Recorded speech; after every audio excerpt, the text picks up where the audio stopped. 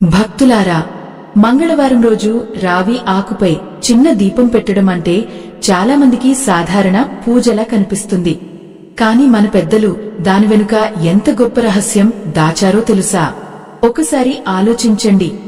ఇంట్లో ఎప్పుడు కలతలు, రాత్రుళ్ళు భయంకరమైన పీడకలలు, చేతిలోకి వచ్చిన డబ్బు అప్పులకే పోవడం, ఎంత కష్టపడ్డా మనసుకి ప్రశాంతత లేకపోవడం, ఇవన్నీ ఎందుకు జరుగుతున్నాయో చాలామందికి అర్థం కాదు కదండి. వరంగల్ దగ్గర ఓ చిన్న ఊరిలో ధనలక్ష్మి అనే అమ్మాయి ఉండేది. పేరు ఎంత మంచిదో, జీవితం మాత్రం అంత కష్టంగా ఉండేది. భర్త రామరోజు కూలీ పనికి వెళ్లేవాడు. ఉదయం వెళ్లి సాయంత్రం వచ్చేసరికి వచ్చిన డబ్బంతా అప్పులకే పోయేది. ఇంట్లో 2 పిల్లలు, వాళ్ల చదువులు, మందులు, అద్దె అన్నీ కలిపి రోజురోజుకి బాధ పెరుగుతూనే ఉండేది. కాని ఆ ఇంట్లో అసలు పెద్ద సమస్య ఇంకోటి. ధనలక్ష్మికి ప్రతి రాత్రి ఒకే పీడకల వచ్చేది. చీకట్లో ఎవరో తనను పిలుస్తున్నట్టు, పెద్ద రావి చెట్టు కింద ఒంటరిగా నిలబడి ఉన్నట్టు, ఒక్కసారిగా గాలి బలంగా వీచి దీపం ఆరిపోతున్నట్టు కనిపించేది. అప్పుడు భయంతో అరుస్తూ లేచేది. చెమటలు పట్టి వణికిపోయేది. ఒకరోజు రాము కోపంగా అన్నాడు, ఇలా ప్రతిరోజూ భయపడుతూ ఉంటే ఎలా ధనమ్మా? పిల్లలు కూడా భయపడుతున్నారు అని. అప్పుడు ధనలక్ష్మి కన్నీళ్లు పెట్టుకుని, నాకు కూడా విసుగొచ్చింది రాము, కాని ఆ కల ఎందుకు వస్తుందో అర్థం కావడం లేదు అంది. ఆ ఊరిలో సీతమ్మ అనే ముసలమ్మ ఉండేది. అందరూ ఆమె దగ్గరకు వెళ్లి సలహాలు తీసుకునేవారు. ఎందుకంటే ఆమె చెప్పిన మాటల్లో ఒక దైవశక్తి ఉండేది. ఒకసారి ధనలక్ష్మి కూడా ఆమె దగ్గరకు వెళ్ళింది. సీతమ్మ ఆమె ముఖం చూసిన వెంటనే అంది, నీ మనసులో చాలా భారముంది అమ్మా, రాత్రుళ్ళు నిద్ర పట్టడం లేదు కదూ అని. ధనలక్ష్మి ఒక్కసారిగా ఆశ్చర్యపోయింది. అవును అవ్వా, నీకు ఎలా తెలుసు అని అడిగింది. అప్పుడు సీతమ్మ మెల్లగా నవ్వింది. రావి చెట్టు నీకు పిలిపిస్తోంది అమ్మా అంది. ధనలక్ష్మి కంగారు పడిపోయింది. రావి చెట్టు పిలిపిస్తోందా అని అడిగింది. అవును. మంగళవారం సాయంత్రం సూర్యాస్తమయం అయ్యాక ఒక మంచి రావి ఆకు తీసుకుని దానిమీద నువ్వుల నూనెతో చిన్న దీపం పెట్టి వెలిగించు. ఆ దీపం ముందు నీ బాధలు మనస్ఫూర్తిగా చెప్పు. అప్పుడే నీ ఇంట్లో నిలిచిపోయిన శుభశక్తి మళ్లీ వస్తుంది అంది. ధనలక్ష్మికి ఇంకా సందేహమే. అంత చిన్న పని చేస్తే నిజంగా మార్పు వస్తుందా అవ్వా అని అడిగింది. అప్పుడు సీతమ్మ ఒక పాత కథ చెప్పింది. చాలా కాలం క్రితం చాళుక్య రాజుల కాలంలో వీరమతి అనే ఓ మహిళ ఉండేది. ఆమె భర్త యుద్ధాలకు వెళ్లి నెలల తరబడి ఇంటికి రాకపోయేవాడు. రాత్రుళ్ళు ఆమెకు భయంకరమైన కలలు వచ్చేవి. అప్పులు కూడా పెరిగిపోయాయి. అప్పుడు ఒక సిద్ధుడు ఆమెకు రావి ఆకుపై దీపం పెట్టమన్నాడు. ఎందుకంటే రావి చెట్టు కిందగాలి కూడా దేవుని శ్వాసలా పవిత్రంగా ఉంటుందని మన పెద్దలు నమ్మేవారు. ఆమె నమ్మకంతో చేసింది. కొద్ది రోజులకే ఆమె ఇంట్లో ప్రశాంతత వచ్చింది. భర్త సురక్షితంగా తిరిగి వచ్చాడు.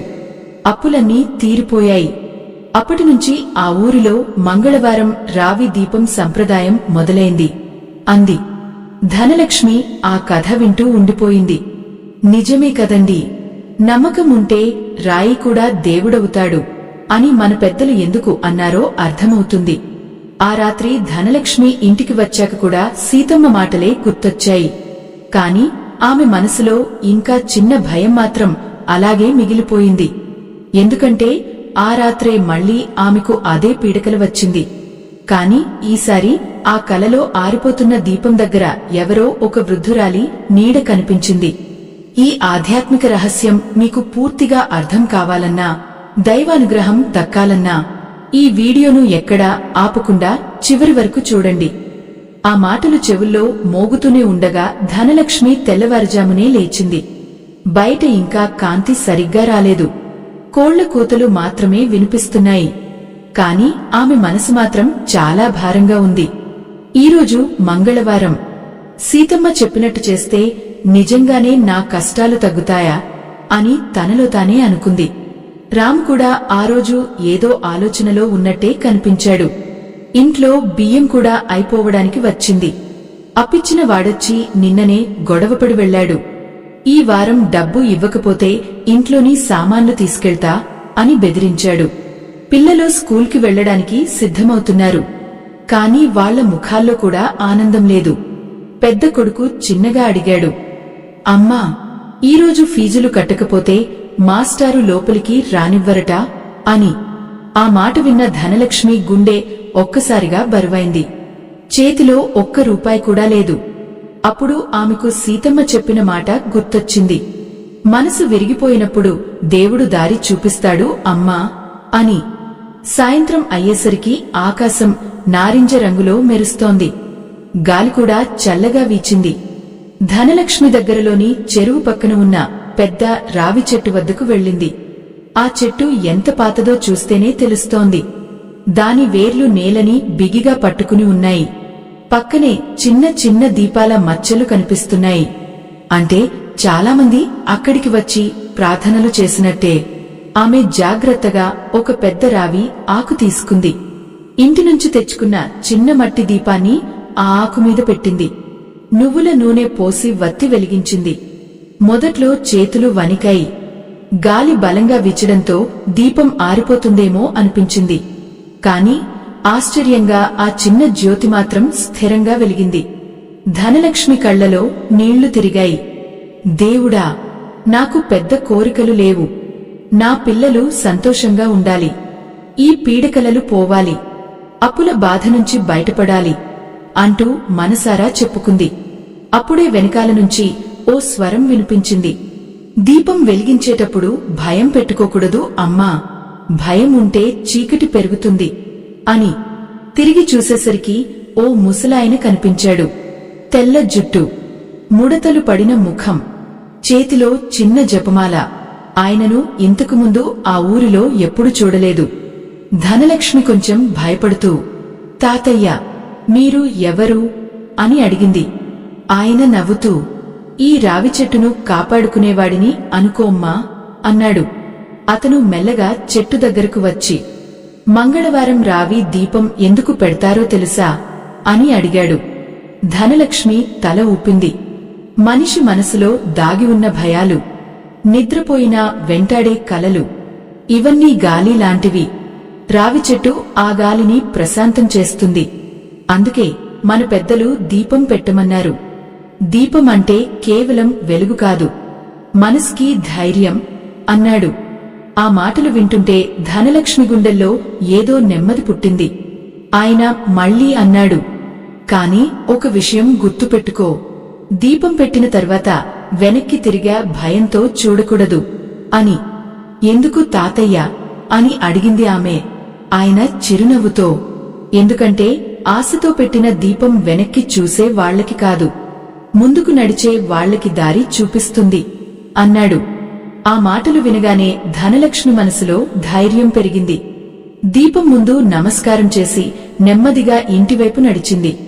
ఆ రాత్రి చాలా రోజుల తర్వాత ఆమెకు కాస్త ప్రశాంతంగా అనిపించింది. పిల్లలతో కలిసి భోజనం చేసింది. రామ్ కూడా ఆశ్చర్యంగా అడిగాడు, ఈరోజు నీ ముఖంలో భయం కనిపించడం లేదు అని. ధనలక్ష్మి చిన్నగా నవ్వింది. ఎందుకో నాకు కూడా తెలియడం లేదు రాము అంది. కాని అర్ధరాత్రి సమయంలో ఒక్కసారిగా బయటనుంచి గాలి బలంగా వీచింది. ఇంటి తలుపు తనంతట తానే చప్పుడు చేసింది. ధనలక్ష్మి ఒక్కసారిగా మేల్కొంది. అప్పుడు ఆమెకు స్పష్టంగా వినిపించింది, దీపం ఇంకా ఆరలేదు అని ఎవరో మెల్లగా చెప్పినట్టు. ఆ మాట వినగానే ధనలక్ష్మి గుండె బలంగా కొట్టుకుంది. పక్కనే పడుకున్న పిల్లలు నిద్రలోనే ఉన్నారు. రామ్ కూడా అలసటతో గాఢంగా నిద్రపోతున్నాడు. కాని ఆ స్వరం మాత్రం చాలా స్పష్టంగా వినిపించింది. నిజమే కదండి, కొన్నిసార్లు మనం వింటున్నది నిజమో లేక మన భయమో కూడా అర్థం కాదు. ధనలక్ష్మి మెల్లగా లేచి తలుపు దగ్గరకు వెళ్ళింది. బయట చంద్రకాంతి కాస్త మసకబారినట్టు ఉంది. గాలి చల్లగా వీచుతోంది. కాని ఆశ్చర్యం ఏమిటంటే ఇంటి ముందు నేలపై చిన్న నూనె చుక్కలు కనిపించాయి. అవి రావి చెట్టు దారివైపే వెళ్లాయి. ఆమె గుండెల్లో మళ్లీ భయం మొదలైంది. ఇది ఏమిటి దేవుడా, అని మనసులో అనుకుంది. అప్పుడే ఆమెకు సీతమ్మ చెప్పిన మరో మాట గుర్తొచ్చింది. దైవానికి దగ్గరయ్యే ముందు మనసు భయంతో పరీక్ష పెట్టుకుంటుంది అమ్మా అని. ఉదయం అయ్యాక ధనలక్ష్మి మళ్లీ సీతమ్మ దగ్గరకు వెళ్ళింది. జరిగిన విషయం మొత్తం చెప్పింది. సీతమ్మ కాసేపు మౌనంగా కూర్చుంది. తర్వాత గంభీరంగా అంది, నీ దీపం జ్యోతి మేల్కొంది అమ్మా అని. ధనలక్ష్మి ఆశ్చర్యపోయింది. అదేంటి అవ్వా అని అడిగింది. కొన్ని దీపాలు కేవలం వెలుగు ఇవ్వవు, మనిషి జీవితంలో నిలిచిపోయిన అదృష్టాన్ని కూడా కదిలిస్తాయి. కాని ఆ శక్తిని పొందాలంటే మనసు పవిత్రంగా ఉండాలి అంది. ఆమె మాటలు వింటూ ధనలక్ష్మి కళ్లలో నీళ్లు వచ్చాయి. నేను ఎవరికీ చెడు చేయలేదు అవ్వా, అయినా మా ఇంట్లో ఇన్ని కష్టాలు ఎందుకు వచ్చాయి అని అడిగింది. అప్పుడు సీతమ్మ లోతుగా నిట్టూర్చింది. నీ ఇంటి ముందు ఒకసారి గమనించావా? చాలా రోజులుగా తులసి ఎండిపోయి ఉంది అంది. ధనలక్ష్మి ఒక్కసారిగా ఆలోచించింది. నిజమే, కొన్ని నెలలుగా వాళ్ల ఇంటి తులసి మొక్క ఎండిపోయి అలాగే ఉంది. ఎన్నిసార్లు నీళ్లు పోసినా మళ్లీ పచ్చగా మారలేదు. ఇంటి ఆశలు ఎండిపోతే మొదట తులసే చెప్పుతుంది అమ్మా అని సీతమ్మ నెమ్మదిగా అంది.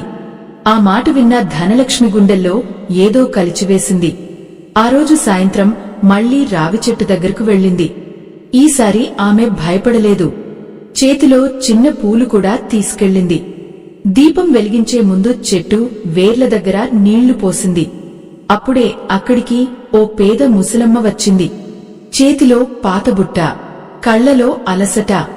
అమ్మా, నాకు తినడానికి ఏదైనా దొరుకుతుందా అని అడిగింది. ధనలక్ష్మి దగ్గర డబ్బులేమీ లేవు, కాని ఇంటి నుంచి పిల్లల కోసం పెట్టుకున్న 2 అరటిపండ్లు మాత్రం ఉన్నాయి. క్షణం ఆలోచించింది. తర్వాత వెంటనే ఆ ముసలమ్మ చేతిలో పెట్టింది. ఆ ముసలమ్మ కళ్లలో ఆనందం మెరిసింది. నీ ఇంట్లో దీపం ఎప్పటికీ ఆరిపోదమ్మా అని ఆశీర్వదించింది. ఆ మాట వినగానే ధనలక్ష్మి గుండెల్లో వింతగా అనిపించింది. ఎందుకో తెలియదు కాని కళ్లలో నీళ్లు తిరిగాయి. మన పెద్దలు ఎందుకనో చేసిన మేలు చెట్టు నీడలా తిరిగి వస్తుంది అంటారు కదండి, అది నిజమే అనిపించింది. ఆ రాత్రి ధనలక్ష్మి చాలా రోజుల తర్వాత ప్రశాంతంగా నిద్రపోయింది. కాని అర్ధరాత్రి ఒక్కసారిగా ఆమెకు మళ్లీ అదే కల వచ్చింది. ఈసారి రావి చెట్టు కింద ఒక వెలుగు కనిపించింది. ఆ వెలుగు మధ్యలో చిన్న దీపం మండుతోంది. కాని దీపం వెనుక ఎవరో నిలబడి ఉన్నారు. ముఖం మాత్రం కనిపించడం లేదు. అప్పుడు ఆ నీడ మెల్లగా చెప్పింది, 3వ మంగళవారం వచ్చేలోపు నీ ఇంటి గడప ముందు దాగి ఉన్నది బయటపడుతుంది అని. అంతే, ఒక్కసారిగా గాలి బలంగా వీచి దీపం కంపించింది. ధనలక్ష్మి భయంతో నిద్రలేచింది. గుండె వేగంగా కొట్టుకుంటోంది. వెంటనే బయటికి వెళ్లి చూసింది. ఇంటి గడప ముందు నేలపై చిన్న ఎర్రటి గుర్తు కనిపించింది. ఆ గుర్తు చూసిన ధనలక్ష్మి చేతులు వణికిపోయాయి. భక్తులారా, ఇలాంటి సమయంలో మనసులో భయం కాకుండా భక్తి ఉండాలి.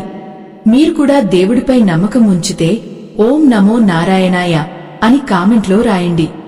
ఎందుకంటే ఆ చిన్న గుర్తు వెనుక దాగి ఉన్న రహస్యం ధనలక్ష్మి జీవితాన్నే మార్చబోతోంది. ఉదయం వెలుగు పడేసరికి కూడా ధనలక్ష్మి మనసులో భయం తగ్గలేదు. గడప ముందు కనిపించిన ఆ ఎర్రటి గుర్తు ఏమిటో అర్థం కాలేదు. అది కుంకుమలా ఉంది. కాని ఇంట్లో ఎవరూ అక్కడ పెట్టలేదు. రామ్ కూడా చూసి ఆశ్చర్యపోయాడు. ఇది ఎక్కడి నుంచి వచ్చింది ధనమ్మ అని అడిగాడు. ఆమె మెల్లగా జరిగిన విషయం మొత్తం చెప్పింది. రాము కాసేపు మౌనంగా నిలబడ్డాడు.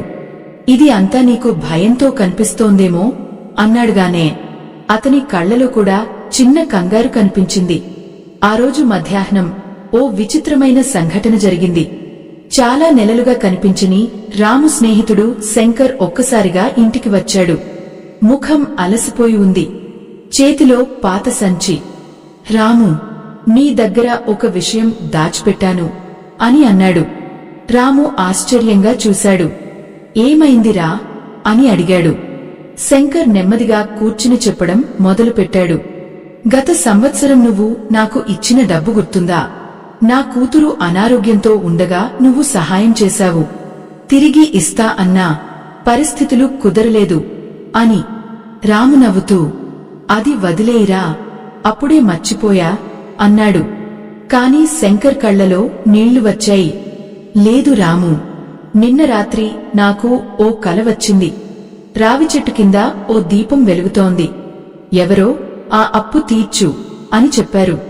ఉదయం లేచిన వెంటనే నీ దగ్గరకు వచ్చేశా అన్నాడు. అని చెప్పి తన సంచిలోంచి డబ్బు తీసి రాము చేతిలో పెట్టాడు. ధనలక్ష్మి ఒక్కసారిగా కంగారుపడింది. అదే సమయంలో ఆమెకు ఆ ముసలాయన మాట గుర్తొచ్చింది. దీపం ముందుకు నడిచే వాళ్లకి దారి చూపిస్తుంది అని. ఇంటి వాతావరణం కొంచెం మారినట్టు అనిపించింది. చాలా రోజుల తర్వాత ఆ రోజు పిల్లలు నవ్వుతూ భోజనం చేశారు. రాము కూడా కొంత ఆశతో కనిపించాడు. కాని ధనలక్ష్మి మనసులో మాత్రం ఇంకా ఆ గడప గుర్తు గురించే ఆలోచన. సాయంత్రం మళ్లీ సీతమ్మ దగ్గరకు వెళ్ళింది. గడపపై కనిపించిన గుర్తు గురించి చెప్పింది. సీతమ్మ కళ్లను మూసుకుని కాసేపు జపం చేసింది. తర్వాత అంది, నీ ఇంటి గడప చాలా కాలంగా దుమఖాని మోస్తోంది అమ్మా. ఇప్పుడు అది బయటకు వస్తోంది అని. అంటే ఇంకా కష్టాలు వస్తాయా అవ్వా అని భయంగా అడిగింది ధనలక్ష్మి. కష్టం బయటకు వస్తేనే సుఖానికి చోటు దొరుకుతుంది కదమ్మా అంది సీతమ్మ. ఆమె మరో కథ చెప్పింది. వెలనాటి రాజుల కాలంలో కామాక్షి అనే ఓ స్త్రీ ఉండేది.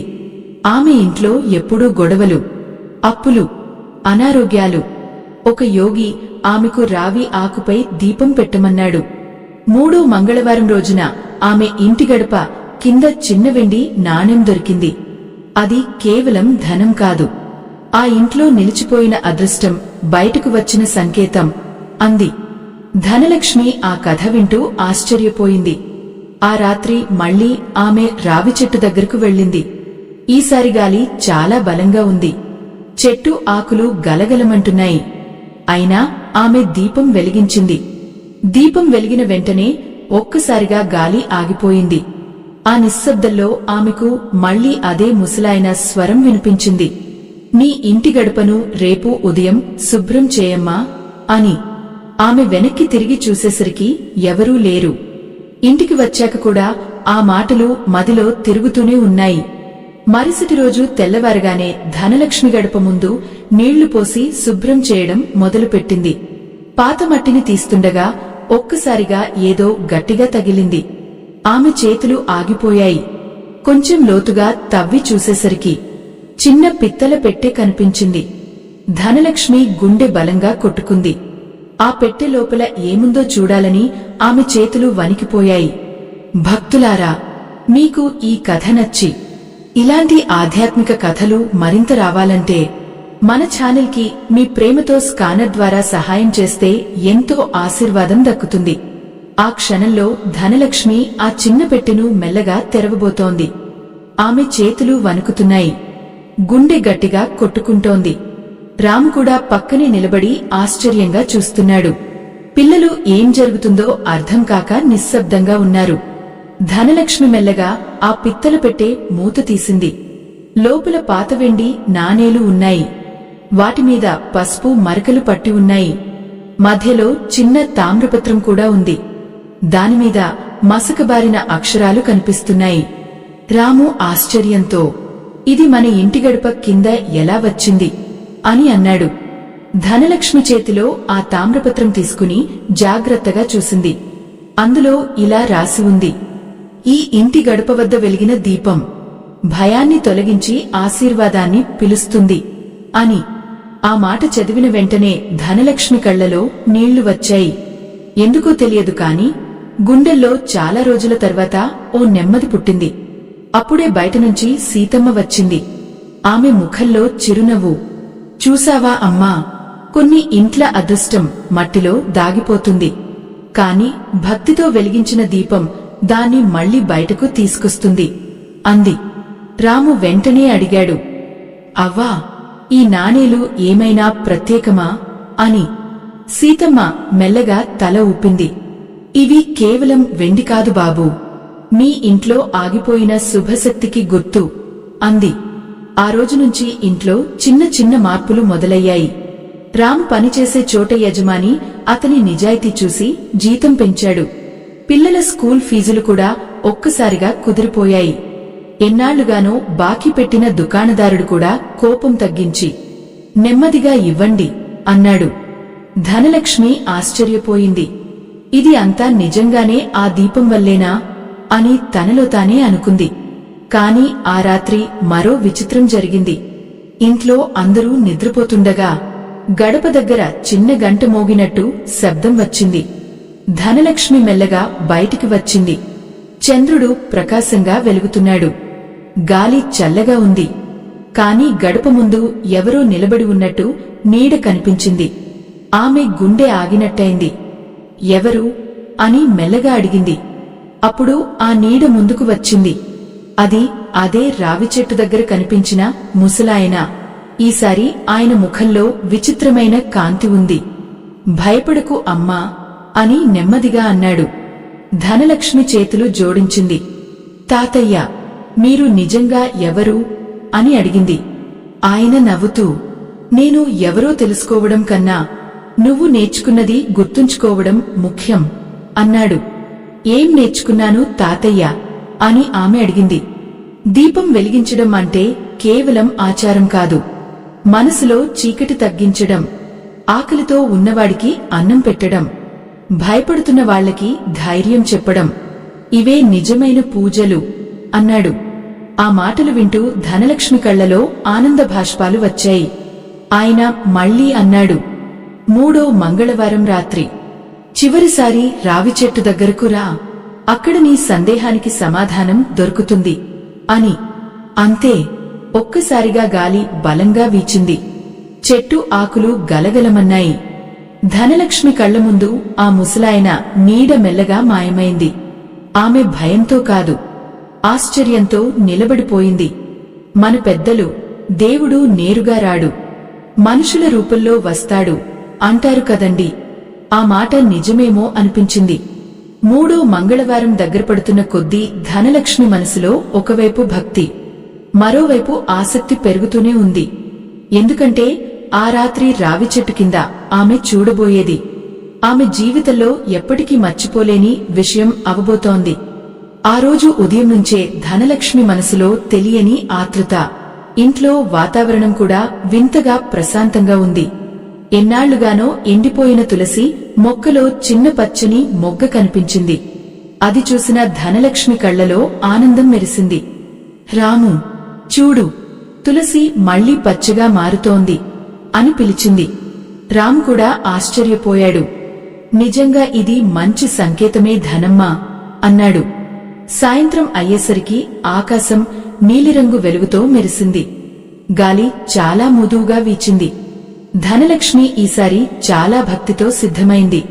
కొత్తగా కడిగిన చీర కట్టుకుంది. చిన్న మట్టి దీపం తీసుకుంది. నువ్వుల నూనె పోసింది. పిల్లలు కూడా ఆమెతో రావాలని పట్టుబట్టారు. అందరూ కలిసి రావి చెట్టు దగ్గరకు వెళ్లారు. ఆ చెట్టు చుట్టూ ఆ రోజు వింత ప్రశాంతత ఉంది. పక్షుల శబ్దం కూడా వినిపించలేదు. ధనలక్ష్మి మెల్లగా రావి ఆకు తీసుకుని దానిమీద దీపం పెట్టింది. దీపం వెలిగించిన క్షణంలో గాలి ఒక్కసారిగా సువాసనలా మారింది. ఆమె కళ్లను మూసుకుని ప్రార్థించింది. దేవుడా, నాకు సంపద కంటే మనశ్శాంతి కావాలి.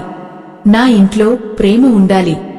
ఎవరికీ హాని చేయకుండా జీవించే బుద్ధి ఇవ్వు అని. అప్పుడు వెనుక నుంచి ఆ పరిచయమైన స్వరం వినిపించింది. అదే నిజమైన సంపదమ్మా అని. ధనలక్ష్మి వెంటనే తిరిగి చూసింది. అక్కడ అదే ముసలాయన నిలబడి ఉన్నాడు.